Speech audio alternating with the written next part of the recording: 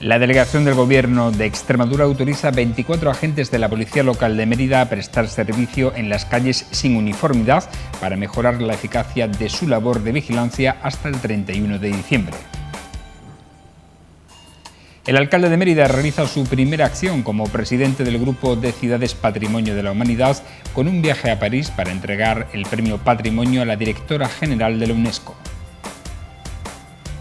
Este lunes ha comenzado la segunda fase de la vacunación en Extremadura con la administración de la última dosis de la vacuna a los usuarios de la residencia Rosalba de Mérida. Las temperaturas mínimas suben y abandonan los valores bajo cero este martes, en una jornada en la que se incrementará la nubosidad a medida que avance el día.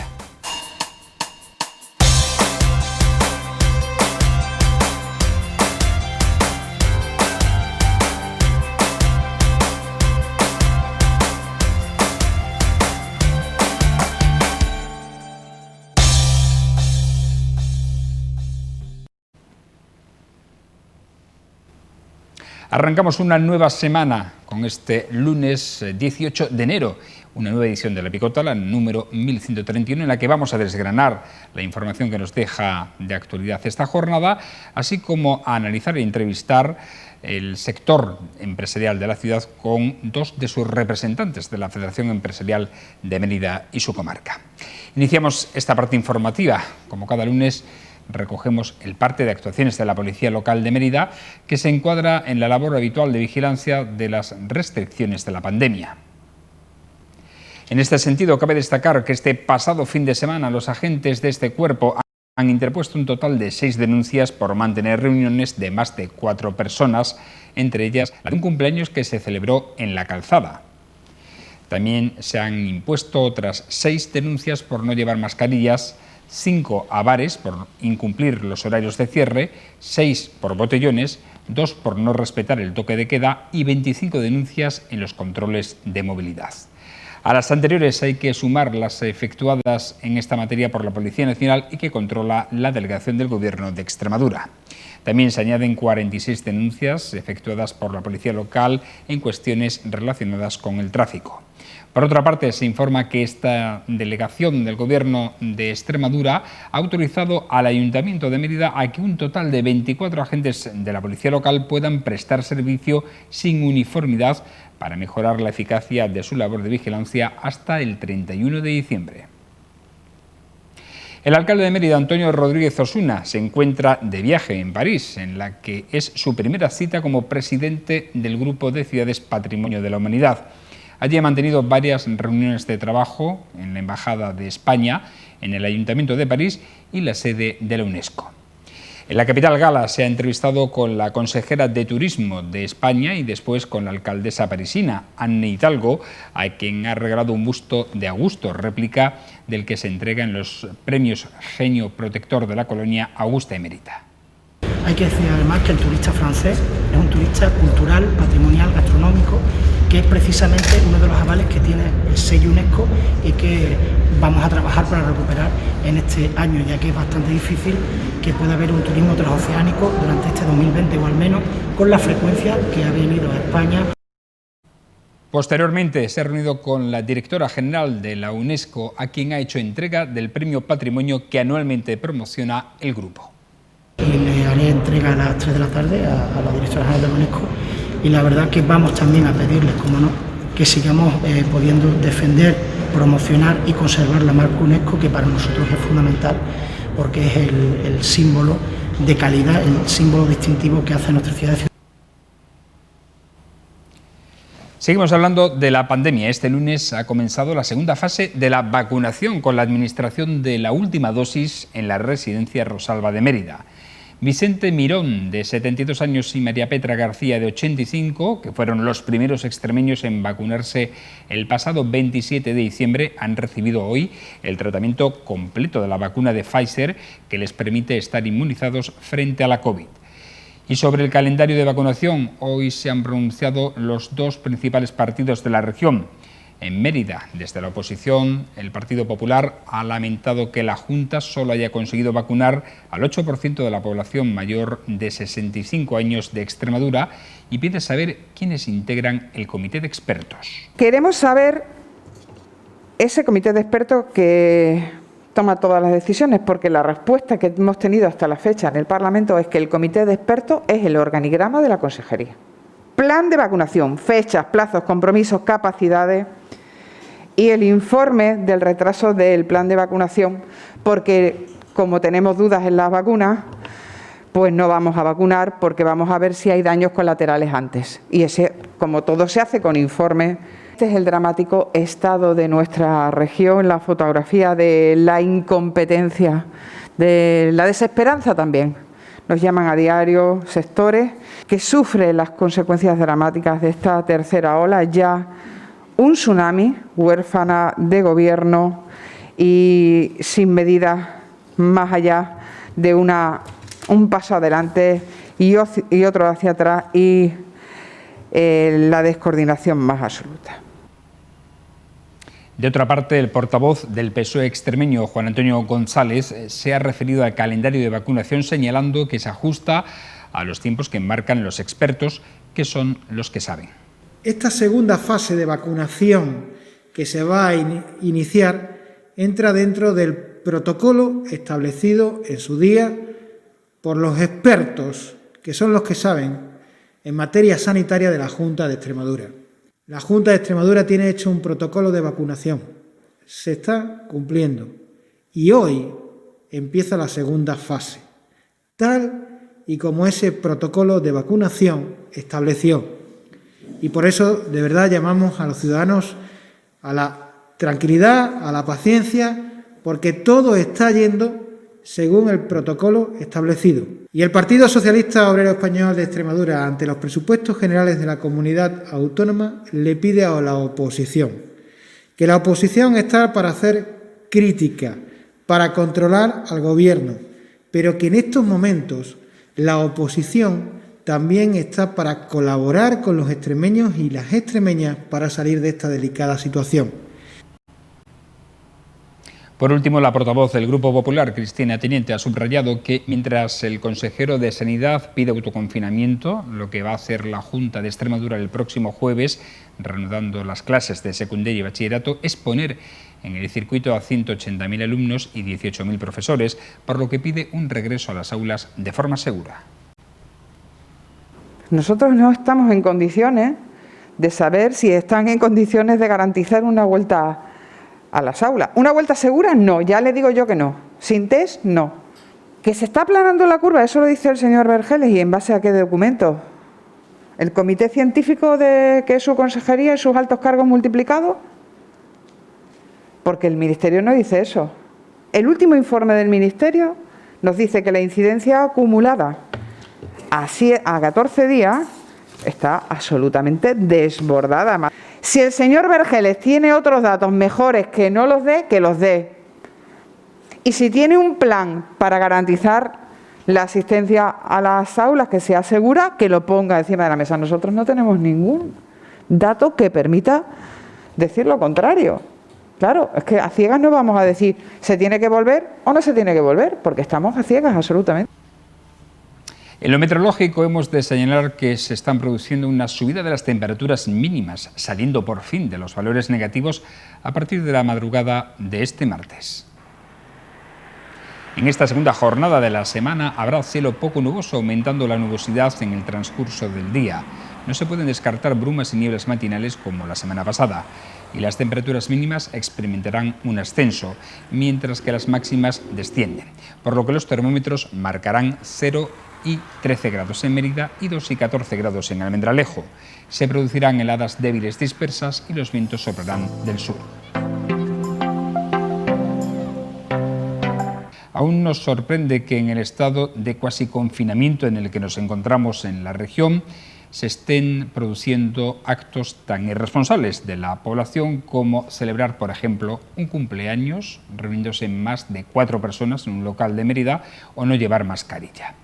Como habrán escuchado en el inicio de este programa, hoy les hemos ofrecido los datos que la policía local hace públicos sobre las actuaciones llevadas a cabo que contravienen las medidas sanitarias decretadas para intentar doblegar la curva de contagios. Les pongo en situación, por si alguien sabe en qué momento de la pandemia nos encontramos. En la capital extremeña se registra una incidencia de 1.388 casos por cada 100.000 habitantes a los 14 días. Esto supone que la ciudad supera en 5 veces y media el número de casos establecidos para catalogar el dato como grave. Pues a pesar de esta situación, parece ser que hay gente que aún no se ha enterado de estas pésimas cifras. No se dan cuenta que en el Hospital de Mérida hay 3 plantas dedicadas a enfermos de COVID, con más de un centenar de infectados que lo están pasando muy mal. Como tampoco parecen darse cuenta de que hay casi 2 decenas de enfermos debatiéndose entre la vida y la muerte en este mismo hospital, concretamente en la UCI. Que no están ni en Madrid ni en Sebastopol, que están aquí mismo, en Mérida. Por eso, desde este medio, apelamos por enésima vez a la responsabilidad personal, porque de nuestro comportamiento depende que esta situación cambie. Y cualquier gesto vale para no contribuir a propagar el virus que está infectando a muchas personas que, como digo y repito, lo están pasando muy mal. Bien porque están aisladas en sus domicilios o en el hospital y, en el peor de los casos, en la unidad de cuidados intensivos, como hemos narrado. ¿Seremos capaces de aguantar un par de semanas cumpliendo las normas que nos han dado? No es difícil, porque de lo contrario cabe recordar que nos obligarán a un confinamiento más severo, en casa, sin posibilidad de tener esta poca libertad de movimientos que gozamos ahora, y con el destrozo que ello supone para nuestra economía. Así que una vez más, seamos consecuentes con nuestros actos, porque cualquier gesto, por pequeño que sea, puede contribuir a un empeoramiento de la situación. Buenas noches.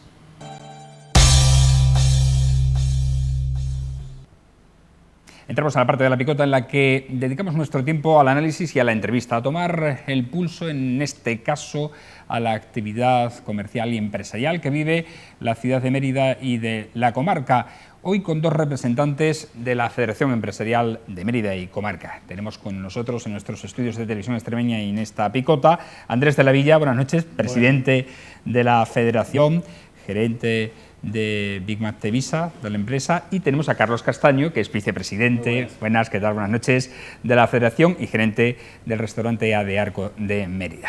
Bueno, con ello vamos a, como digo, a tomar el pulso, porque han suscrito un manifiesto que han publicado en el que, bueno, muestran sus preocupaciones por el momento económico que están viviendo las empresas, en especial los 2 sectores quizás más afectados, que son la hostelería y el comercio, pero también otros sectores que, aunque no están afectados por el cierre, les influye y mucho la situación económica que está viviendo o atravesando en estos momentos el país.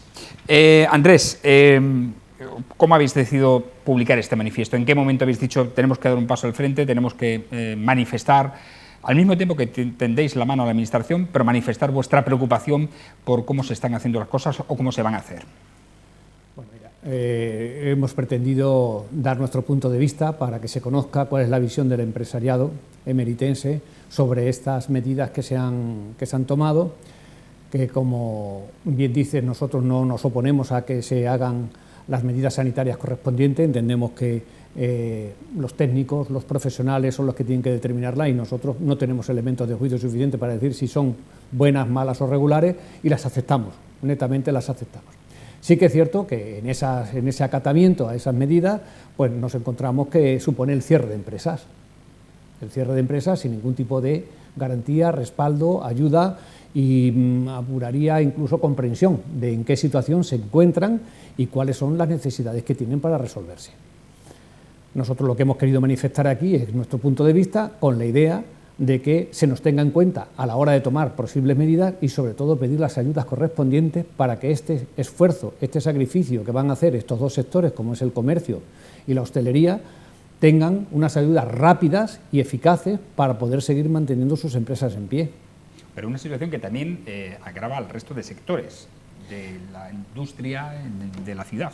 Evidentemente. El comercio que ha cerrado, que está obligado a cerrar, es el comercio minorista, pero el comercio minorista se suministra del comercio mayorista o de fabricantes. que se ven afectados por este cierre, esta bajada en el consumo. Al mismo tiempo, las personas, los clientes que no están en la calle, pues dejan de consumir y dejan de necesitar otra serie de productos que tampoco pueden atender las empresas que se dedican a ello, aunque estén abiertas. Es decir, que aunque no hayan estado obligados al cierre, van a bajar muy considerablemente su facturación. Y con ello también van a tener unos costes muy elevados con respecto a la facturación, que les va a ser muy inviable en muchos casos el funcionar a futuro.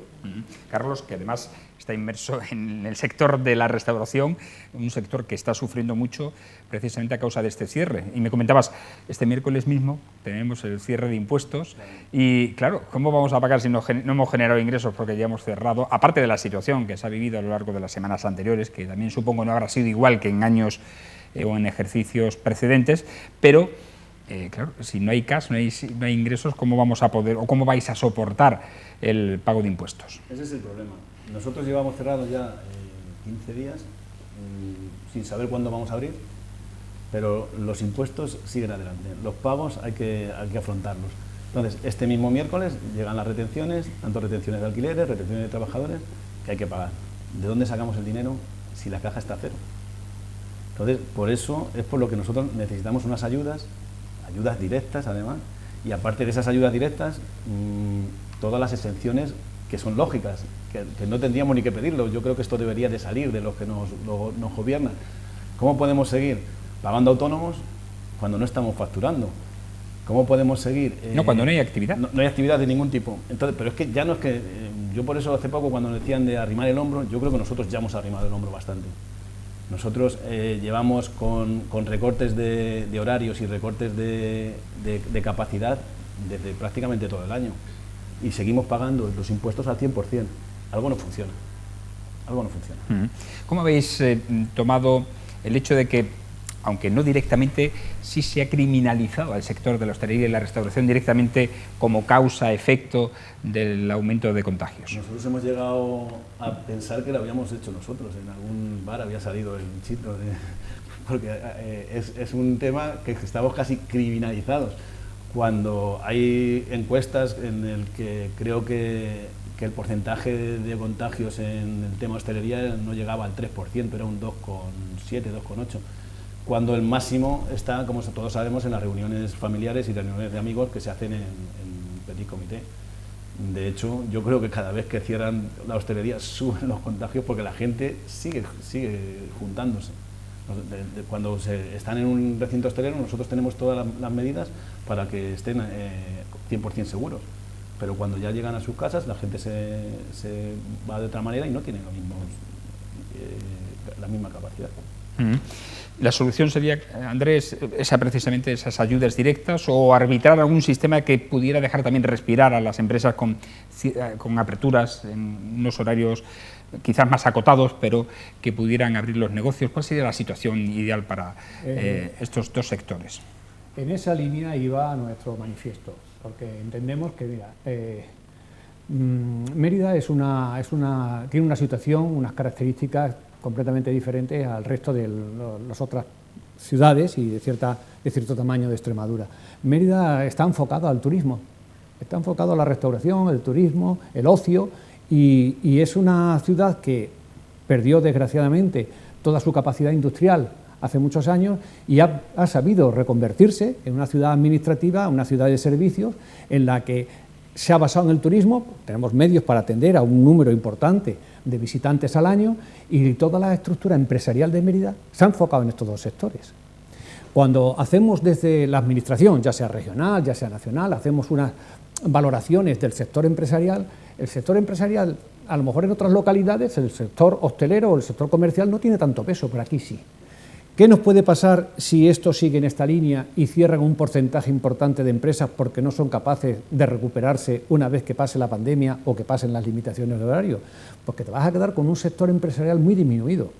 Un sector empresarial que, como cierren, es muy difícil. Un negocio que cierra, es muy difícil encontrar otro negocio que lo sustituya y que recupere el espacio que ese negocio ha dejado. Nosotros tenemos la obligación de tener una estructura lo suficientemente importante para atender a todos los visitantes turistas españoles, extranjeros o de otras comunidades que puedan venir a visitarnos. Y no podemos perdernos esto, porque esto nos puede causar un trastorno empresarial y económico brutal para la ciudad de Mérida. Estamos teniendo bastante apoyo a través del gobierno municipal, que se están tomando medidas, y queremos agradecerlo desde aquí, porque vemos que se preocupa, porque yo creo que es consciente, porque conoce la idiosincrasia de la ciudad de Mérida. Pero no sabemos si es realmente, si ese sentimiento, ese conocimiento del sector empresarial se tiene en otros estamentos superiores. Y ahí es lo que queremos hacer llegar, que nosotros queremos que se nos ayude o se haga, que se pueda ayudar a las empresas que hoy están cerradas para que puedan pasar esta hibernación de una manera no costosa para sus finanzas y que cuando esto pase tengan una capacidad de recuperación lo suficiente para coger línea de crucero. Si no, nos vamos a encontrar que podemos tener hasta problemas para poder atender a los visitantes cuando lleguen, porque no hay estructura, es una estructura que ha costado muchos años el montar. Y esa es nuestra verdadera preocupación en el sector. Como empresarios no nos queda más remedio que alzar la voz y contarlo esto así, porque es así como es. Decía Andrés que no es fácil que haya recambio, ¿no? Es decir, cuando un negocio cierra es difícil que se sustituya por otro, pero es que esa misma persona que montó el negocio ya le queda una huella profunda como para poder seguir emprendiendo en ese sector, ¿no? Date cuenta que había gente ya antes de esto que ya arrastraba algún lacre, debía algún seguro, esa gente ya lo que necesita prácticamente es un rescate. O sea, hay mucha gente que ya no habla de ayudas, están pidiendo rescate. Y esto todavía queda, no ha terminado, porque si dices, es que en 15 días terminamos, pues a lo mejor puedes gestionar, puedes estar, pero es que nunca sabes, no sabemos de hecho ni cuándo vamos a volver a abrir. Entonces esto es complicado. ¿Qué puede pasar con esto? Ahora lo más importante, a día de mañana, son las ayudas que va a sacar la Junta de Extremadura. El paquete de 40 millones de euros, ¿no? Ayudas que para el sector pueden ser interesantes. ¿Pero suficientes? Suficientes nunca van a ser. Y todo va a ser poco, porque hay mucha gente que ya ha tirado la toalla, hay gente que ya tiene fecha de cierre. O sea, yo conozco varios integrantes de nuestro sector que ya han tirado la toalla. Por eso digo, ¿estas ayudas cuándo van a llegar? Yo lo hablaba con Andrés hace un rato cuando veníamos para acá, decíamos, las ayudas, si hubieran llegado la semana pasada, ya vendrían tarde. Si llegan dentro de 15 días, llegan muy tarde. Y cuando quieran llegar, a algunos ya no les va a solucionar nada, porque ya tienen todo perdido. Es que es una situación muy difícil, y lo que no entiendo es cómo desde el gobierno central, que son los que tienen que tomar la manija del asunto, no se dan cuenta. Lo que han hecho ahora mismo es echarse a un lado, dejar a las autonomías la dirección, pero sin darles recursos. Entonces, estamos hablando, que también veníamos comentándonos, que son tres estamentos diferentes, el local, el regional y el nacional, con el mismo partido prácticamente, pero nosotros la percepción nuestra es diferente totalmente en los tres. Igual que decía Andrés del gobierno local, que se está interesando por nosotros, el regional, que tiene lo que tiene, y si lo da, lo único que le pedimos es la mayor agilidad posible, pero ya digo, máxima de lo máximo, porque es que es impepinable que sea ya. Y luego el gobierno central, pues que más que gobierno, lo que percibimos desde el exterior es un desgobierno. Se han echado a un lado y no quieren saber nada del asunto.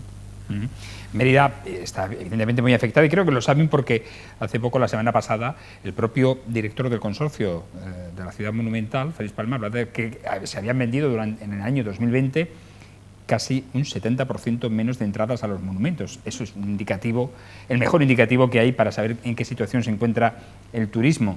Hoy han cerrado todas las visitas. Todas las visitas. Hoy lo han cerrado. Esta mañana han anunciado que está cerrado todos los monumentos por falta de afluencia de público. Si empezamos así, pues imagínate cómo...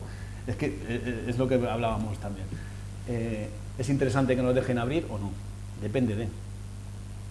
Para el sector comercio creo que es interesante abrir porque suele ser negocio, pero dentro de nuestro negocio depende mucho de qué tipo, porque dentro de la hostelería no todos somos iguales. Hay gente que son negocios familiares, hay gente que tiene empleados, hay gente que está en el centro, hay gente que está en las barreras y hay gente que está en la zona del museo, en zona turística, y cada uno tenemos unas necesidades diferentes. Entonces es un problema más complejo de lo que parece. Sí, sí, indudablemente. Claro, porque hablaba con algún compañero tuyo y decía, dentro de lo malo de la hostelería, enero y febrero son meses normalmente malos, de facturación, porque bueno, tal. Lo vemos simplemente por el turismo, porque decae. Pero claro, al sector quizás del comercio le ha afectado muchísimo más porque le ha pillado en pleno campaña de rebaja, al comercio minorista. Sí, porque además es que el cierre, que con todas las bendiciones que pueda tener para reducir la influencia de la pandemia, lo que ocurre es que hay un hecho también importante que se produce, que es la dejación del servicio prestado al cliente. Es decir, que con un cierre hermético, cerrado, total, bueno, total para los pequeños comercios, que luego ahí estamos viendo que no todas las empresas respetan al mismo nivel las medidas restrictivas, ¿no? Sí, porque habláis de agravios comparativos. De agravios comparativos con empresas que a lo mejor tienen diversas actividades dentro del mismo local y podrían a lo mejor trabajar con aquellas que no están restringidas, pero trabajan prácticamente con todas. Entonces, claro, hay un señor que vende ropa en la calle Santa Eulalia que tiene que estar cerrado y sin embargo va a un comercio del exterior, una gran superficie o un multiproducto y se encuentra con que están vendiendo de todo. Venden alimentación, pues pueden estar abiertos porque venden alimentación, pero al mismo tiempo venden calzado, venden textil y venden cualquier otro tipo de producto que les soliciten. Eso por una parte. Y por otra, yo creo que sería importante que nos ofrecíamos para que a la hora de tomar medidas, sobre todo en localidades de este tipo, donde el peso tan importante que tiene la hostelería y el comercio, que se hubieran habilitado o unas conversaciones para definir cuáles serían los horarios de cierre que más beneficiaran al control de la epidemia, pero al mismo tiempo también que permitieran de alguna manera poder seguir dando servicio a los clientes. No un cierre total y absoluto, casi de la noche a la mañana, que lo que hemos quedado son muchísima gente que se han quedado sin poder ser atendidos. Entonces, ahí yo creo que esto es algo que, como va a largo plazo, esto, como dice Carlos, si esto fuera para un fin de semana, para dentro de 8 días, pues mira, 8 días se pasan como sea y luego ya volveremos a la normalidad. No va a ser así. Y yo creo que esto habría que hacerlo con un poquito más de detenimiento y ver cuáles serían las formas de trabajar para que todo el mundo pudiera sobrellevar esto de la mejor manera posible. Y conjugáramos los intereses sanitarios del problema con los intereses de los clientes, de los usuarios, los que necesitan esa prestación del servicio, y también de las empresas, para poder también mantener, digamos, que la llama encendida hasta que esto pueda recuperarse y poder funcionar. Pedís, por tanto, a la Administración ser interlocutores válidos en la toma de decisiones, ¿no? Y que no se tomen de forma unilateral, ¿no? Así es. Hablabas, Carlos, también de esas ayudas, de que fuesen ágiles. Ayudas hay desde la Administración Autonómica. Hemos comentado antes de entrar en la antena precisamente otra línea de ayudas que hubo, que creo que son 10 millones de euros para pequeñas empresas, para autónomos, pero claro, para autónomos con más de 3 trabajadores, a donde quizás el 70% o el 60% del tejido empresarial no puede ir. Esas ayudas creo que se llegaron a casi desestimar, porque al poco tiempo de hacerlas, la gente que se había apuntado era mínima, no llegaban, porque aparte de tener más de esos empleados, había que haber perdido una facturación de un 50%, cosa que era prácticamente imposible, porque para esas ayudas creo que eran los 9 primeros meses, metían enero y febrero, que no había habido pandemia. Claro, el año 2020 que estaba abierto. Entonces, luego en los siguientes meses, agosto y septiembre, que fueron meses que se pudo trabajar casi con menos aforo, pero casi con normalidad, entonces nadie llegaba a ese porcentaje. Sé que estaban pendientes de haber rebajado esos porcentajes para que pudieran atenerse más gente, pudiera verse beneficiada, pero al final yo creo que eso se ha desistido y han cogido esta nueva de los 40 millones, que volvemos a lo de antes, que puede ser interesante siempre y cuando sea muy, muy ágil. Creo que lo he dicho 2 veces y lo podría decir otras 10, porque es imprescindible que eso se gestione de la manera más rápida posible. Ya lo vuelvo a repetirlo, la semana que viene ya sería tarde, y eso tardará, no sabemos cuánto, pero si queremos pedir desde aquí a la Administración que sean conscientes de que eso es importantísimo que sea ya. Estamos en un momento, por tanto, Andrés, clave para dirimir cuál va a ser el futuro, esa reactivación económica tan ansiada a la que se aspira, porque claro, de no planificarse adecuadamente al paro estructural que tenemos ya en Extremadura se sumaría este nuevo paro que desgraciadamente se sumaría a la situación que están viviendo en concreto estos sectores, pero que afecta, como decimos, a todos los sectores, ¿no? La empresa cerrada no tiene ingresos. Si no tiene ingresos, la única solución que tiene hoy es estas ayudas, que nos parece bien esta segunda oleada, como está comentando Carlos, nos parece perfecto, pero tiene que ser de pago inminente, porque los costos son actuales, no van a ser dentro de 6 meses, dentro de un año, cuando se hagan efectivos estos pagos, ni siquiera dentro de 3 meses, es que se necesitan ya. ¿Qué va a suceder si estas empresas cierran? Pues si cierra un restaurante con 6 trabajadores, si cierran bares con 4 o 5 personas trabajando, está claro que vas a aumentar el paro. Y como decía antes, además de reducir la capacidad de servicio que tenga la ciudad, te vas a encontrar con un paro que ya es bastante importante, el paro estructural que tiene Extremadura, para encontrarte con un problema social de envergadura, que es el que las empresas hoy están contratando, están manteniendo unas familias, están dando ingresos para mantener unos empleos, para pagar sus cotizaciones, para tener el día de mañana sus jubilaciones, tener todos sus derechos. De esta manera, si resulta que se cierran las empresas, pues todo esto se va a generar una situación, como comentas, un paro inmenso que va a costar muchísimo. Luego, además, pues son personas especializadas en lo que hacen, que cuesta mucho también reconvertir a otros sectores. O sea, sí, es una situación complicada. Muchas veces, cuando se pierde una empresa, no somos conscientes de lo que se pierde, porque prácticamente el 100% de lo que la empresa factura lo distribuye, sean salarios, seguros sociales, proveedores, costes, energía eléctrica, es decir, prácticamente todo. Lo único que no distribuye son los pocos beneficios que pueda tener. En estos tiempos, imaginaros que incluso hasta casi tiene que poner dinero de su bolsillo el empresario para poder subsistir. Pero imaginemos la cantidad de dinero que deja de circular cuando una empresa cierra. Hay que intentar por todos los medios que las empresas se mantengan su posibilidad de funcionar a futuro, porque yo creo que ese es el mayor beneficio que podemos hacer las empresas, los trabajadores y la propia administración en beneficio de la sociedad. Indudablemente. Para la propia administración, porque se surte de los impuestos de las personas y de las empresas, ¿no? Para poder subsistir la propia administración y poder seguir prestando también ayuda. Bueno, pues esperemos que en algún momento se os escuche, que es importante que hayáis hecho este manifiesto, que hayáis detectado el problema que tiene el sector en Mérida, concretamente en la comarca al que representáis, pero en el que esperemos también que podáis os llamen para ser interlocutores en la toma de medidas. Un escenario idóneo sería ese, por tanto, el de la apertura parcial con horarios flexibles, aunque restringidos, de estos dos sectores. Carlos, para terminar. Para nuestro sector depende de lo que te decía antes. Yo creo que para el comercio es interesantísimo abrirlo cuanto antes, porque lo necesitan y porque no tienen problemas. Aunque sea restringido, me refiero a horarios restringidos. Pero nuestro sector restringido sufre mucho. Sí. Nuestro sector ya con las 10 sufre porque no hay cenas, estás trabajando a la mitad, y también depende, como te decía antes, de qué sitio.